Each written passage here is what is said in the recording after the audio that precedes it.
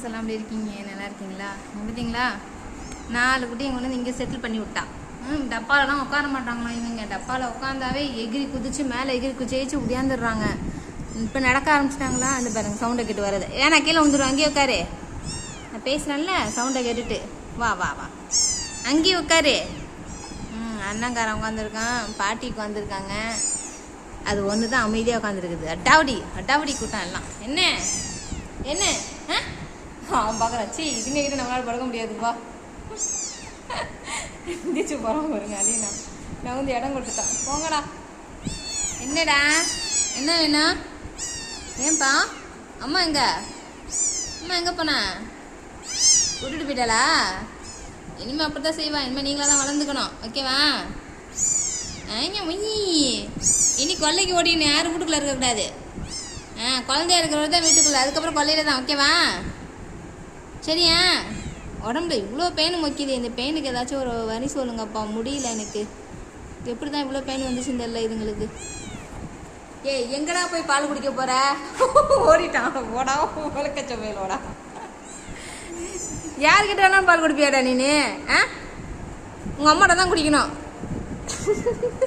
கிடைக்கிறவங்க கிட்டலாம் பால் குடிப்பானா இவன்? என்னதான் பண்ணுறது? என்ன போ அங்கே போய் உட்காரு. போ அங்கே போய் உட்காந்துக்கோ. டாய்ஸ் மாதிரியே இருக்குப்பா. எனக்கு குட்டி டாய்ஸ் மாதிரி இருக்கு. பூச்சி பார்த்தீங்களா? தெரியுதா உங்களுக்கு? பூச்சிங்களா? அது பெயின்.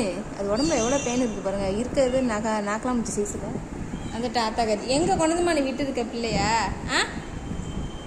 டப்பாவில் போட்டால் இங்கே கொண்டு வந்து விட்டு வச்சுருக்கேன். 4 பிள்ளையும் வீட்டை பெருக்கிட்டு வரதுக்குள்ள பார்த்தா எல்லாம் இங்கே செட்டில் ஆகி கிடக்குங்க. ஒரு சோஃபாவே ஆக்குவி பண்ணிட்டாங்க இவங்க. போ ஏறிக்காரு போ. உன் பிள்ளைய நீ பார்த்துக்க. என்னாலும் அடுத்தது இந்த அம்மா வேறு குட்டி போட போகுது போல. என்ன பண்ணுறது, நான் என்ன செய்கிறதுன்னு எனக்கே ஒன்றுமே புரியல. இந்த அம்மா போடுற குட்டி எல்லாமே வேஸ்ட்டாக தான் போகும். வேஸ்ட்டு. இந்த அம்மா போடுற குட்டி எல்லாம் தண்டம். அந்த 4 மாதம் ஆயிடுச்சு. இன்னும் பச்சை பிள்ளை மாதிரியே இருக்குது. அந்த குட்டி இன்னும் வளரவே இல்லை.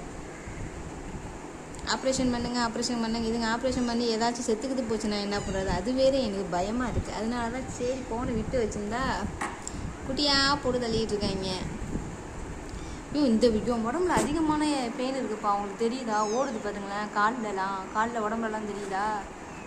இதுக்கு ஏதாச்சும் சொல்லுங்களேன். ஏதாச்சும் மருந்து இருந்தால் சொல்லலை. மெடிக்கலில் இல்லை ஆன்லைனில் ஏதாச்சும் மருந்து இருந்தால் அதை வாங்கி போடலாமா? இதுங்களுக்கு குட்டியாக இருக்கே, அதான் பயமாக இருக்குது போட்டுருக்கு. கொஞ்சம் பெருசாக இருந்தால் எதாக இருந்தாலும் தாங்கும். குட்டியாக இருக்குது. ஏதாச்சும் இந்த ஐடியா சொல்லுங்கள் யாராச்சும். ஓகே ஃப்ரெண்ட்ஸ், இந்த வீடியோ பிடிச்சிருந்தா லைக் பண்ணுங்கள், ஷேர் பண்ணுங்கள், கமெண்ட் பண்ணுங்கள். மறக்காமல் சப்ஸ்கிரைப் பண்ணுங்கள்.